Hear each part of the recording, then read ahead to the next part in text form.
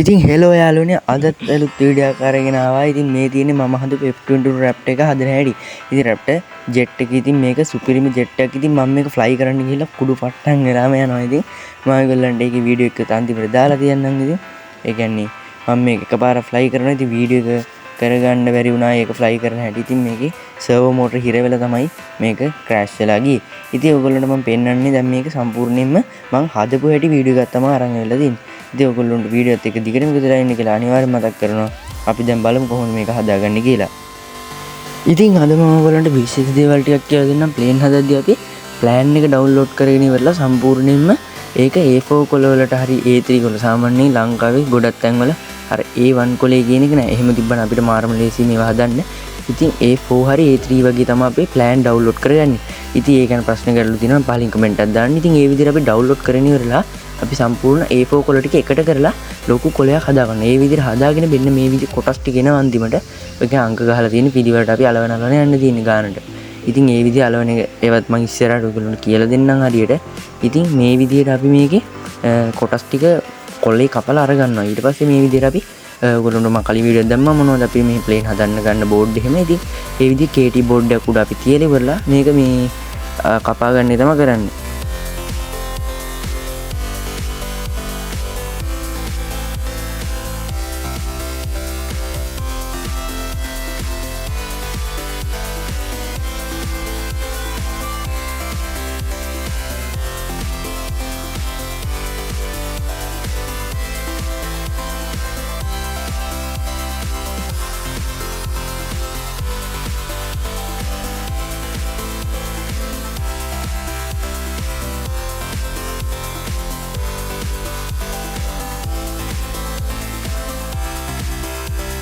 ඉතින් ඔයගොල්ලන්ට දැන් පේන්නේ මම මෙතනදී සෙලෝ ටේප් එකක් ගහනවා මේ පැත්තට. ඉතින් ඒකේ ප්ලෑන් එකේ ඔයගොල්ලෝ ඇඳලා තියෙනවා ගානට කරන්න ඕන කොහොමද කියලා.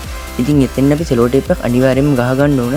ඉතින් ඕගොල්ලෝ පේන්නේ නැති මම ඒක කපා ගන්නදී ඔයගොල්ලන්ට පෙන්නන්න මේ විදිහට දෙපැත්තට සෙලෝ ටේප් එකක් ගහ ගන්න ඕන නැත්නම් මේක කැඩිලා යන්න පුළුවන්.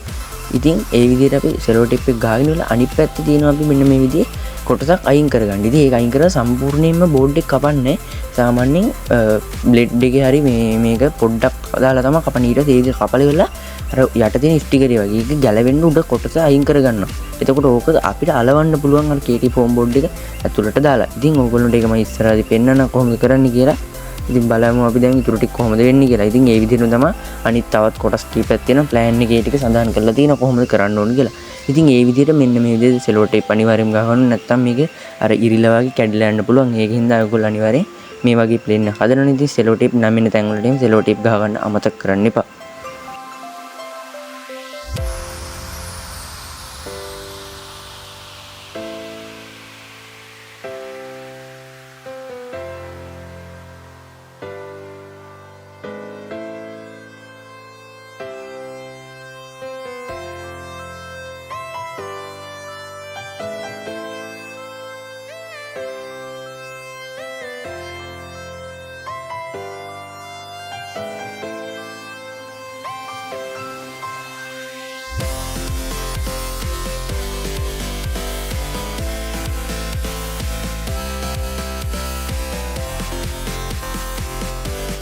ඉතින් ඔයගොල්ලන්ට දැන් මම පේනවා ඉතින් මෙතන කපා ගන්නවා කොටසක්. ඉතින් ඒක ওই කොටස් දෙකෙන් තමයි ඔය වෙන ප්ලේන් එක වෙනම තියෙන කොටස් දෙකෙන් තමයි මේක ඉස්සෙන පාත් වෙනවා. එතකොට කන්ට්‍රෝල් එක හැරවෙන ඒවා ඒ වගේ ඔක්කොම කන්ට්‍රෝල් ටික සිද්ධ වෙන්නේ ඔන්න ඔය කොටස් දෙක. ඉතින් ඒක උඩ පල්ලෙහා යන විදිහට තමයි තියෙන්නේ. ඉතින් ඒක තමයි අපි මෙතන ඔය පැත්තකින් අංශක 45ක කොටසක් තමයි අයින් කරගන්නේ. ඉතින් එක පැත්තකින් අංශක 45ක කොටසක් අයින් කරගන්නවා.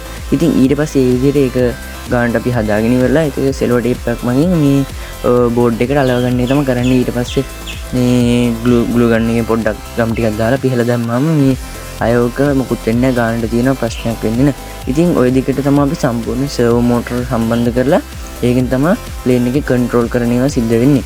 ඉතින් අපි දැන් ඉස්සරහට මොකද වෙන්නේ කියලා බලමු.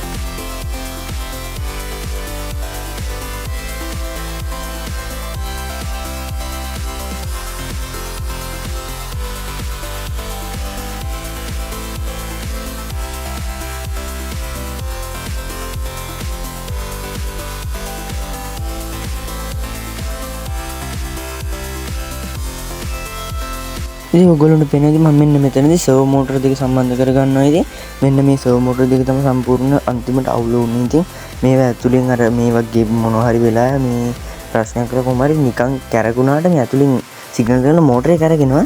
ඒතර මේ කන්ට්‍රෝල් වෙන මේ දතිරෝධ වලින් කැරකිලා අපේ එළියට එන මේ සම්බන්ධ වෙන පොඩි කෑල්ල කැරගෙන්නේ නැහැ. ඉතින් මේක තමයි උනේ. ඉතින් එතකොට වැඩ කරන්නේ ඉස්සුනේ නැහැ ප්ලේන් එක. ඊට පස්සේ කෙලින්ම වතුර වලකට තමයි වැටුනේ.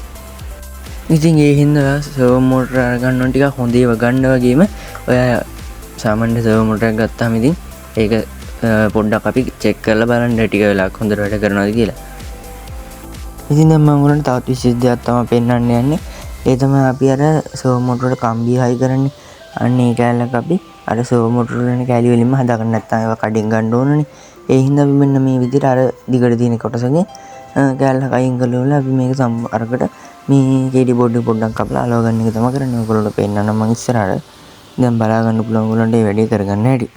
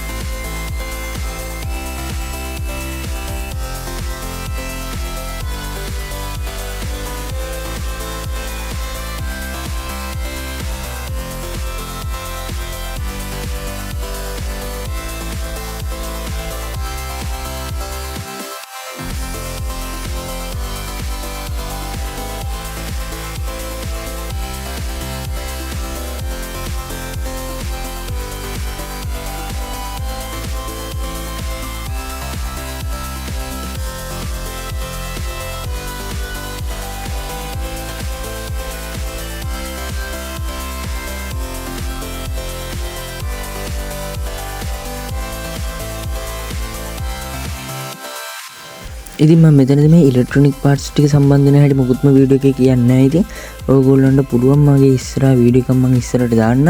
ඉතින් ඔයගොල්ලෝ කමෙන්ට් එකක් දාන්න. ඒ කියන්නේ ඉතින් ඕනද කොහොමද කියලා කොහොමද ඒක හදන්න ඕන කියලා.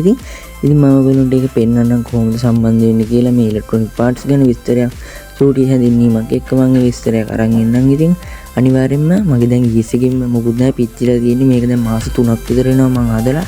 මට වීඩියෝ එක හැදුවෙත් නැහැ මම ඒක මේ වීඩියෝ එකක්වත් හදන්න හිතුවේ නැහැ. ඉතින් මේ වීඩියෝ එක කරගත්තා. ඉතින් දැන් තමයි මට ඒක හිතලා දැන් ඉතින් හදලා මේ ඔයගොල්ලන්ට මම ඉස්සරහට වීඩියෝ එකක් අරගෙන අනිවාර්යෙන් මෙන්නම් මේවා කොහොමද සම්බන්ධ වෙන්නේ කියලා. ඉතින් ඒ වගේම මේ ප්ලේන් එක හදන්න මම පාවිච්චි කරලා ඉලෙක්ට්‍රොනික පාර්ට්ස් වල එක අගේ මෝටර් KV ගණන් එහෙම මම වීඩියෝ එකේ ඩිස්ක්‍රිප්ෂන් එකේ දාලා තියෙන අනිවාර්යෙන්ම එතකොට අපිට ඔයාලට මේක හදන්න නම් මේ බඩු ටික පාවිච්චි කරලා ලේසියෙන් මේක හදන්නත් පුළුවන්.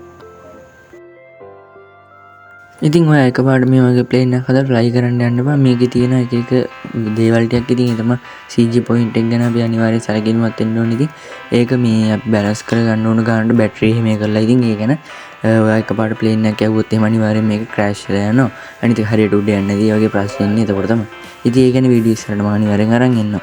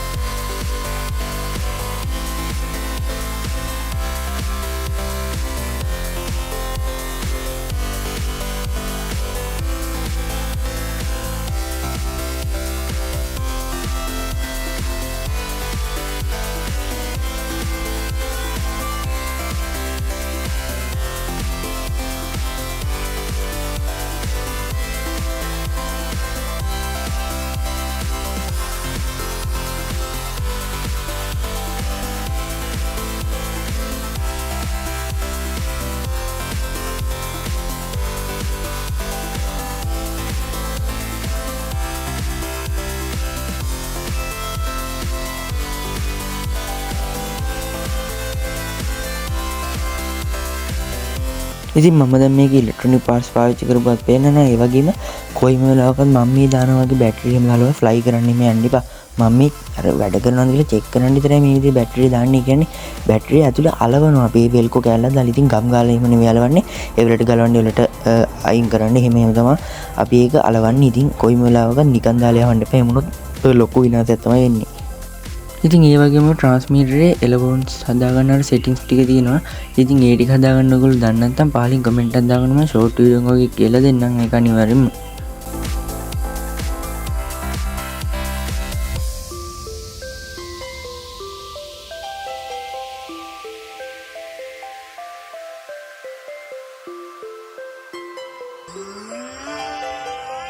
ඉතින් මගේ වීඩියෝ එක මෙන්න මේ විදිහේ චූටි වීඩියෝ එකක් විතරයි තිබුණේ. ඉතින් මෙන්න මේ විදිහට තමයි දැන් මේක ඉස්සරහ ඔක්කොම කැඩුනා. ඉතින් මම මේක ෆ්ලයි කරන්න ගිහිල්ලා බැටිලා. ඉතින් ඉස්සරහ වීඩියෝ එකේ මම මේක රිපෙයාර් කරන වීඩියෝ එක අනිවාර්යයෙන්ම අරන් ඉන්නම්. ඉතින් ඒකෙදි මම ඔයගොල්ලන්ට ලස්සනට මේක ෆ්ලයි කරන වීඩියෝ එකක් දාලා තියන්නම්. ඉතින් ඔයාලා මේ වගේ RC ප්ලේන් වලට එහෙම ආසන මගේ channel එකේ ගොඩක් වීඩියෝ තියෙනවා. ඒ වගේ ඉස්සරහට වීඩියෝස් කරනවා. තව ඒ වගේ සුපිරි වීඩියෝ ගොඩක් තියෙනවා. ඉතින් ඒවත් බලන්න channel එක subscribe කරලා දිගටම එකතු වෙලා ඉන්න.